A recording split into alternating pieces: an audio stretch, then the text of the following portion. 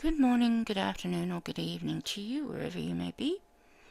This is Joey, I am Sam, and this is by Hook or by Needles. Now, this intro is the same. I'm going to do the one intro for both of these videos just to make it a little bit easier. I'm going to show you 5 of my favorite knitting tips and hacks, and then 5 of my favorite crochet tips and hacks, or whatever you want to call them.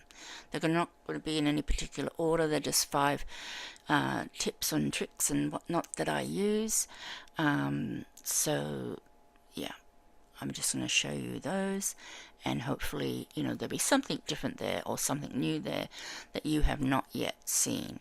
And hopefully if there is, or if you know someone who's just started crocheting or just started knitting, perhaps share the video out with them. Show them, these few tips and tricks, because, they might not know them, and it's just going to make their life a little bit easier when it comes to doing a few things, a few basic things with knitting and or crocheting. Okay, on to the tips.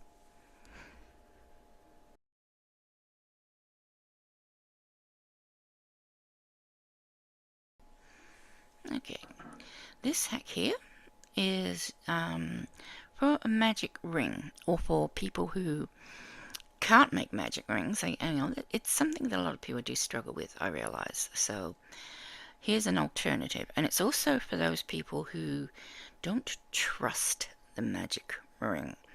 Many people will say it's not strong enough. You need to wrap around twice, and that makes it difficult to sort of gather up and that sort of thing. So what I'm going to do here is I've got a piece of yarn, okay, and I'm just going to wrap it around my fingers like that. And now I've got a little ring with 2 ends, and I'm just going to put that down. I'm going to pick up my yarn, and I'm going to put my hook into the center, place my yarn around my hook, and I'm just going to come through, and I'm just going to do a slip knot and then a chain to tighten, to sort of lock it into place. Okay, then I'm going to do just 6 single crochet, which sort of tends to be the normal beginnings of an amigurumi, say. So that's 1, 2, 3, 4, whoops, 4, 5, and 6. I'll just put that down, and that is my end of the working yarn. And I'm just going to start by pulling both ends bit by bit on the yarn that I had initially wound up until it's tight enough, and there we go. I have made a magic ring, double thickness, which I can now join to the beginning. Oops, get in there, and voila, magic ring, double thickness, so it's really hard to break. And just do a chain to start the new round, and then we'd go 2 in each stitch, and we just continue like that. So there's one way of doing a magic ring that's got a nice thick centerpiece, and it's not going to break. And then we just continue on. It will also work if you are doing, let's take this off again, so just start again. It will also work for if you're doing a granny square. So we wrap it around like that. I'm going to leave it on my fingers and keep that in there. I'm going to do it this way, might be a little bit easier. Oops. Oops, come on. And I'm going to pull through. Where's my working yarn? Yep, there it is. I'm going to do a chain of 3, 1, 2, 3. That's to start my granny square, and then we're going to do 1, 2, chain 1,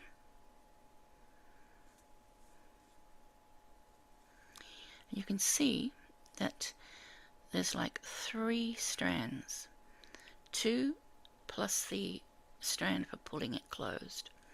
1, 2, 2 and 3, 1 chain. Oops, trying to go too fast. 1, 2 and 3, 1 chain, 1, 2 and 3. Okay, so we look to see which one is the yarn from the stitches, which is that one. Get that one out of the way, and then we've got 2 strands left. Pull one, then the other, pull the other, then the other. You can pull them both at the same time if you like. That closes up your beginning round for your granny square. You do a chain and then you join to the top of the first, or the top of the chain 3, which acted as your first, oops, doesn't want to go in, as your first stitch. And there you go. That is, then you just have to sew. You'll have 3 ends to sew in, but you will have a very, very secure center once again. That's very easy. I think that's very achievable for anybody with a, who was looking for an easy magic ring. But I do have another one. Stay tuned. It's coming right up.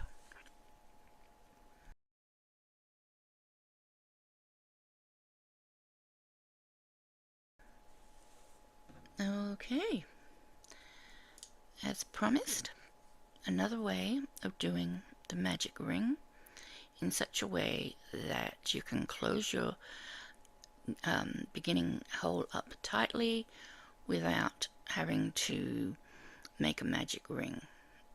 So we're just going to make a normal slip knot, and I'm just going to chain, say I'm going to chain 4, 2, 3, 4. I'm going to join it to the first chain to make a normal ring. Like, whoops, come on, like that. Now, in this one, you want to work over the ring, and you're not, so over the thread. Now, you're not working over the thread so that to hide it. There's another purpose for it, and I'll show you. So let's pretend we're doing a granny square again. That's 3, chain 1,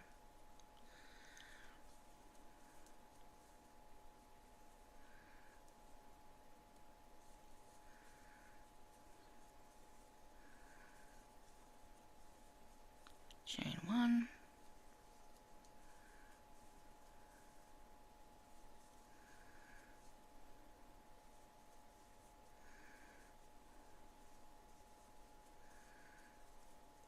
chain 1, and then our last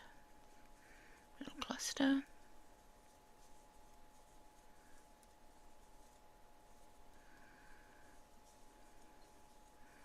Chain one and join.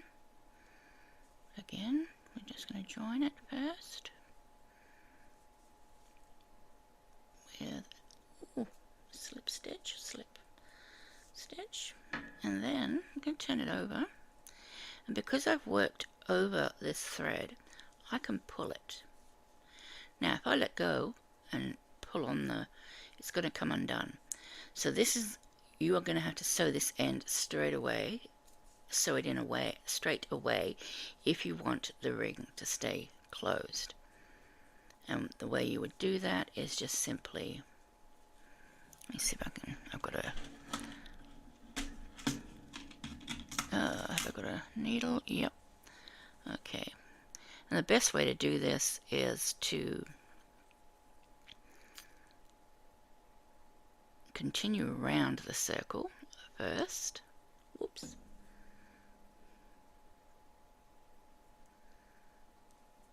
Okay, so you pull on it nice and tight, and then you continue in the same direction that way. Pull nice and tight, then you can go back in the opposite direction just to secure that beginning ring. Now how easy is that? A magic ring without it being a magic ring. Now that's not going to come undone. You sew that end away and you can continue making your granny square. It's going to work the same for amigurumi, except for you wouldn't have to sew away the end, because the end can just stay inside the toy or whatever it is you're making. There we go. That's a second way of doing a magic ring without actually doing a magic ring. I'm not sure what I'm going to show you next, so I'll just pause here, and like I say, they're in no particular order. I'm just going to pause here and show you something new.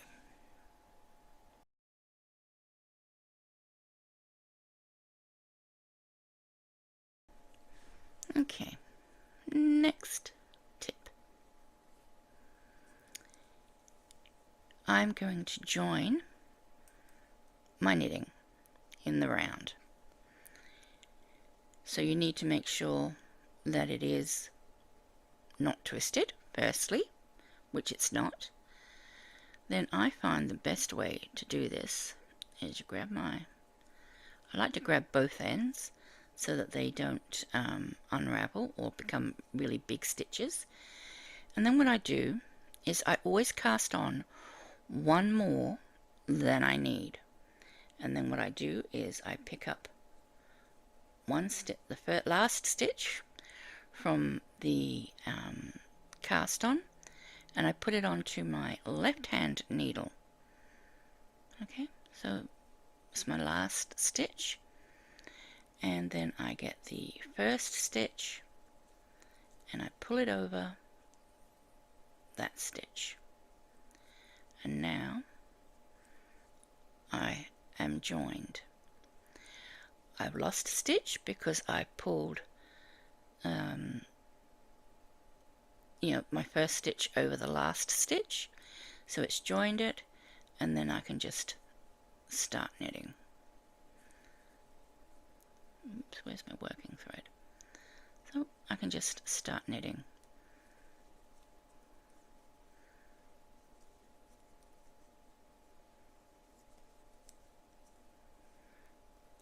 And you might want to just, if you're doing two balls, you can just undo the knot at this stage. You don't want to do it too tight to begin with, so you would undo the knot that you created to join, for your long tail cast on. And you can tighten that up. tighten it when it's where the stitches are over the needle, so that when you tighten it's not going to shrink the stitches too much. And or you can just leave it, then you can just tie them with the other tail end, and you can just go around and around and around. And that is how I join my stitches, or join when I'm working in the round. Time for another one. The next one is working, I'm going to need my other knitting needles back, and I will show you the next one.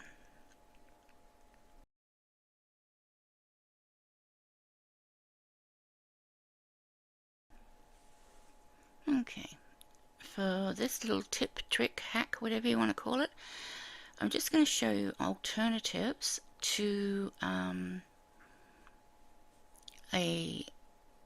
what would you call it?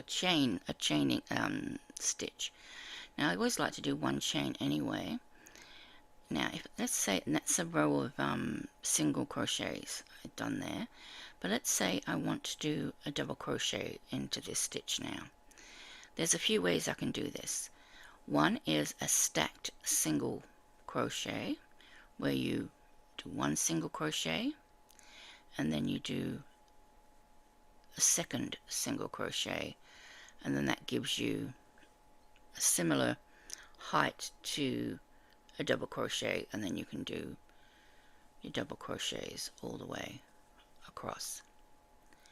Now I don't particularly like this one because in comparison to the other stitches it is a little thick, but it looks okay, but it is thicker than the other stitches.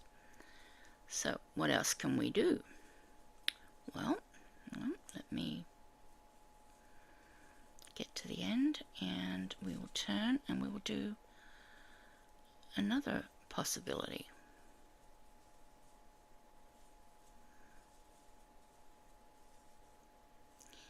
And some people find this a little tricky, this next one, but if you can work it out and do it, it's well worth it, because you know, I think it looks really good. Okay, so the next one, we turn our work. So you, first let's have a look at this. Now it really looks like you've actually done a chain 3 almost, and then done a stitch, even though all I did was a chain 1. But that is your stacked 2 single crochets above each other. This next one is done, and we're going to work into this stitch. It's done by pulling up an amount of thread to the height of a double crochet and going around. Now that, okay, so just simply going around that, and that's why I'm holding on to this. You need to hold on to this, go around. That becomes my first loop over. I go into the stitch, still holding on to this very firmly. I pull up a loop. Now I've got 3 loops. I pull through 2, and then I pull through 2, and there is my double crochet. No chains at all on the side, and then we just continue across.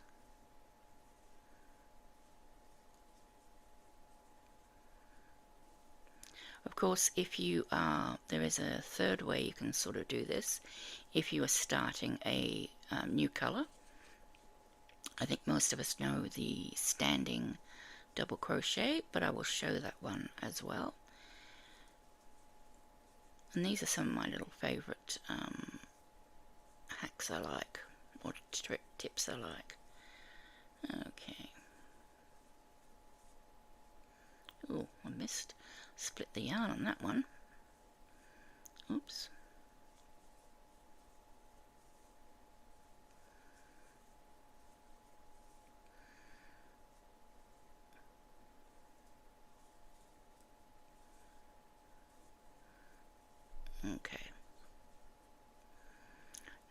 let's pretend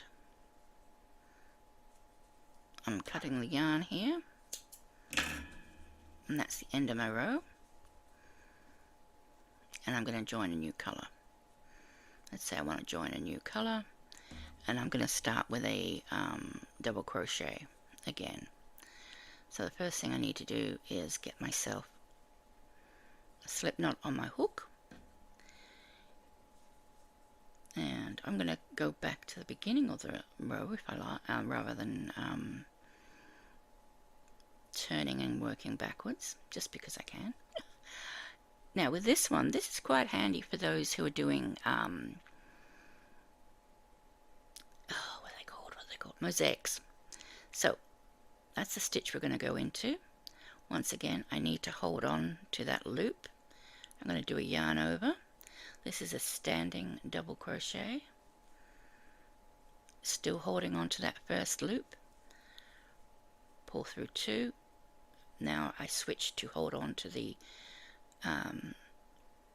tail end and pull through 2 again, and that is a standing double crochet.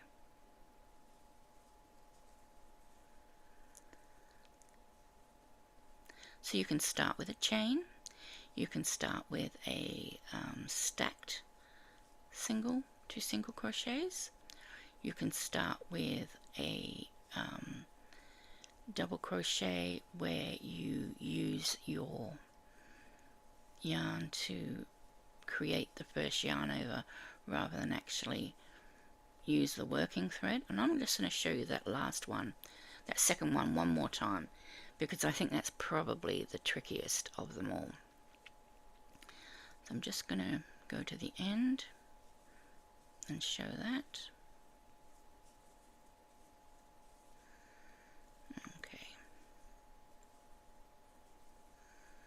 Okay, so we're at an end again.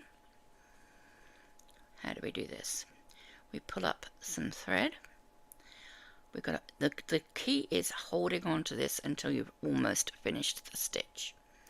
We're going to wrap that around. There's like 2 threads there, but we're going to wrap that around. That is instead of us doing a yarn over. Okay, we are wrapping around the stitch, and I usually come forward and around as opposed to that way around, because that doesn't work. So you pull up your thread to about the height of a double crochet, you come forward and around, you've got 2 loops which are acting as one, then you go into your stitch like you normally would for a double crochet. Going to pull up a loop, whoops, okay, going to pull through 2 and then pull through 2 again, and that is a sort of standing double crochet without starting a new color, and that is how you do that. Okay, on to the next, and I think last one, depending on what order I've done them in. I don't know what order I'm putting them in, so yeah. Okay, there's a few ways of starting. You can start with your chain, you can start with this sort of pulling up your thread and using the pull up as your first loop over, and then or you can use a standing double crochet, which I also showed you. Okay, the next one, I'll need to do some rows of single crochets to show you that one, but I'll be back in a jiffy.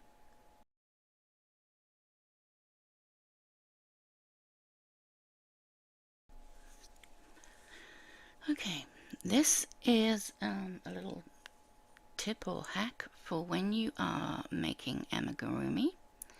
So this would normally be in the round, but I'm not doing it in the round just because it just is a lot easier to show you like this. So let's say you're making your amigurumi, and then you're coming to the section of the face where either you need to place an ear or a nose. Now, normally you might you might sew ears on separately, or you might do a bullion stitch, or you might do a French knot, or something like that. This is a really, I think, cute little way to add a nose, and you can also use it as ears to your amigurumi. And it's just simply, you do into the same stitch, you do a single crochet, but you don't, single crochet, no, it's the other way around, Sam. You do is it triple treble or double treble? It's a double treble for the US and a triple treble for the UK. So double treble is 2 loops over. You go into the stitch, pull up a thread, you pull through 2, and you pull through 2. Then you go back in for just a normal single crochet, and then you pull through all 3, and then that causes that treble crochet to bend. It's still one stitch, but then you've got this little bump. See that? It sort of sticks out, and because you've done the 2 stitches together, it's not going to be, you're not going to have any huge gap. It gives you a little nose, a little button nose. You could, if you wanted a bigger nose, you could probably do 2 trebles, and then, or triple trebles, and then a single crochet. And it really does look like, to me, an ear or a nose, whichever you want it to be. It can be both. So I'm just going to do the row above it. You're not increasing, you're not adding a stitch there. You're just, because you're doing both the stitches together.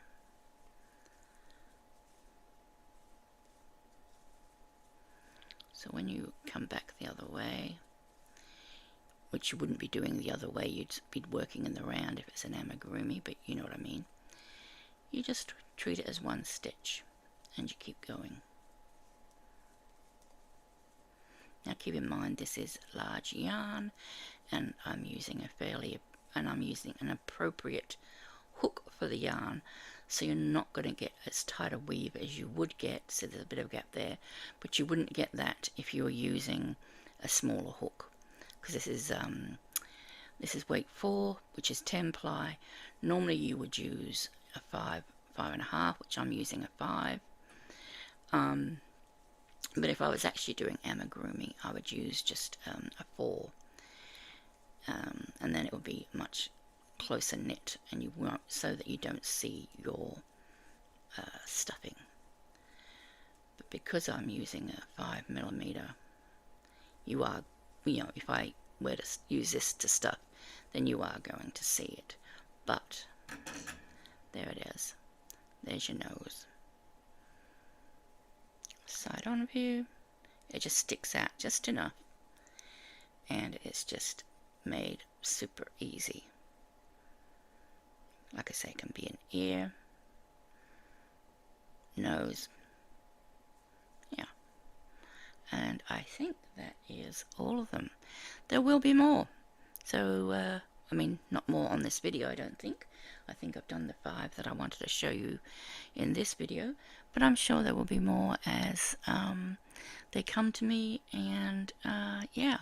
So hope you enjoyed these, and yeah, stay tuned.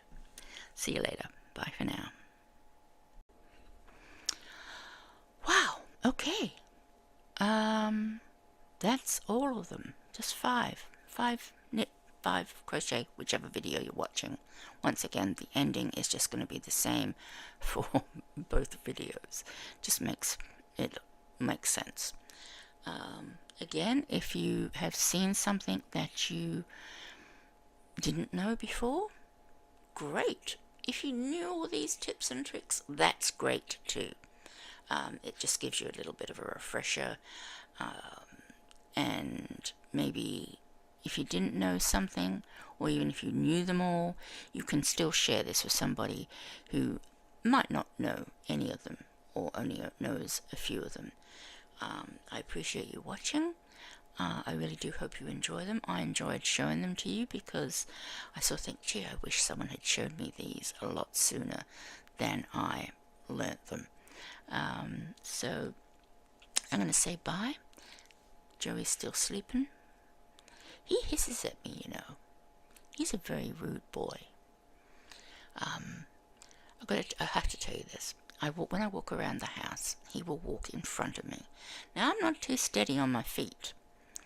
And I swear he's trying to break my neck. But anyway, I'm not too steady on my feet. And this fella, he walks in front of me. And ever since they were kittens, I've always gone beep, beep, beep, beep, beep, beep. And the louder I beep, the more urgent it is for them to get out of the way. Because it means, get out of my way, I need to sit down. Because I'm going to fall down, or because I'm sore, or whatever the case may be. Anyway, this one, if I beep too loudly, he just turns around and hisses at me, as if to say, I'm going to go my own pace. And if you don't like it, bad luck. Very rude, shitty boy. He's very lucky to be sitting on my chair. Anyway, I love him really, but don't tell him that. I don't know where my little girl is. She's off somewhere. He's been fighting with her again. He's a big old bully. He hisses at me and fights his sister. Anyway, thank you for watching, and I'm going to say bye for now.